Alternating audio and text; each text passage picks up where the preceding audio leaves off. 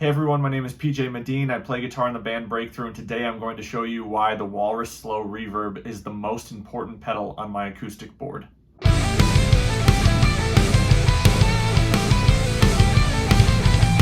All right, these are the pedals that I'm using on my acoustic board right now. I have a JHS Pedals Emperor V2 modulation pedal, courtesy of a very generous friend. Thank you, Pete. And then I have a JHS Pedals Lucky Cat delay, a Flamma FC02 reverb, and then the Walrus Slow. And I'm going to show you here in a moment why I have two reverbs running on my acoustic board. So let's talk about the Walrus Slow.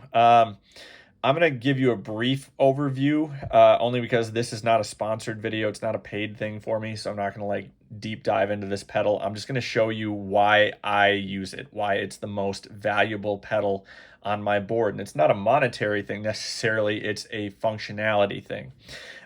So brief overview. The Walrus Slow has several different modulated reverbs. The first is Dark, which is a modulated reverb with a light lower octave, so a light octave beneath.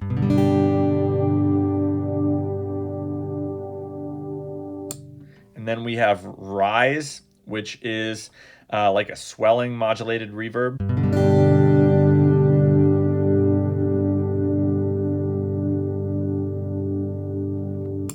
And then we have Dream, which is my favorite setting on this pedal. It's very like keyboard-esque pad sounding modulated reverb, and it also has a locking pad feature that the other two reverbs don't have. So for the other two reverbs, if you hold in the sustain button, it just draws out the reverb. But for the Dream, once you hit the sustain, it turns your reverb into a locking pad, which I will use when I'm playing acoustic stuff. Because if I'm doing acoustic stuff, my band is not with me and I have lots of space to fill.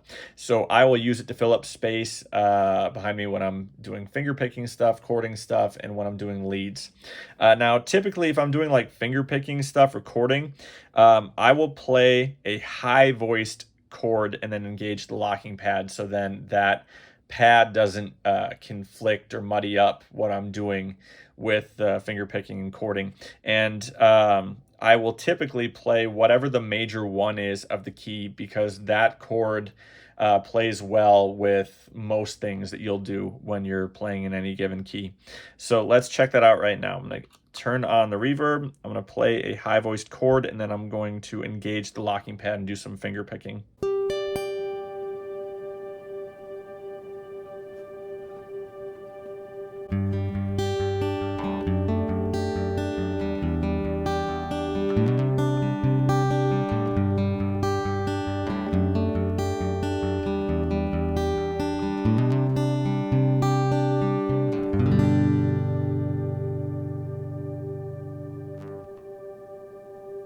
When I'm doing like leads and things, I will play a slightly lower voiced chord and then engage the locking pad, just so I have something nice and filling going on underneath my leads.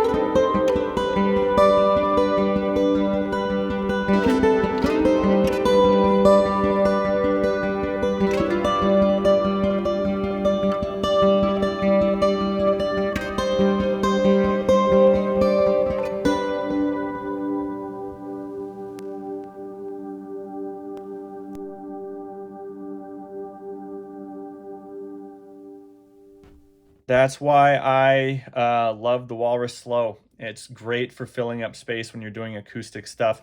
By the way, you may have noticed that I had the decay turned all the way up, and that's just because over time I noticed that that helps the locking pad play stronger for longer. Anyway, I really do consider this to be the most important pedal on my acoustic board, and I highly recommend it to anyone else who plays acoustic. There you go. I hope you found that trick helpful. If you don't already have the Walrus Slow, go ahead and check out my video description. I'm going to throw some links down there. As always, thank you so much for checking out this video. If you liked it, please give it a thumbs up and subscribe to my channel for more. Thank you.